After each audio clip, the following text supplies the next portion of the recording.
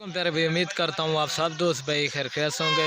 अल्हम्दुलिल्लाह आज की डेट में आपको दिखा रहा हूँ 2 प्योर राजनपुरी गुलाबी बकरे।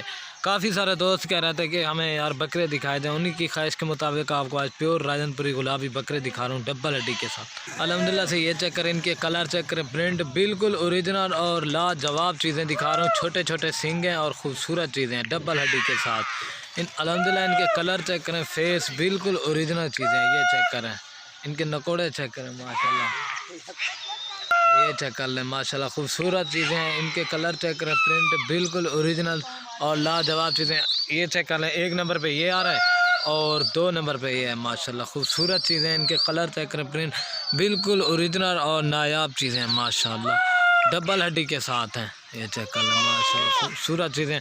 अल्हम्दुलिल्लाह ये जोड़ी की प्राइस जो है ना आपको व्हाट्सएप पर बता दूँगा। ये चेक कर लें, जो भी इंशाल्लाह पहले रब्ता करेगा इंशाल्लाह डील उन्हीं के साथ होगी। डबल हड्डी के साथ इन्हें माशाल्लाह लाजवाब चीज़ें। ये चेक कर लें, ये चेक कर लें, 2 बकरे हैं। ठीक हो गया भाई।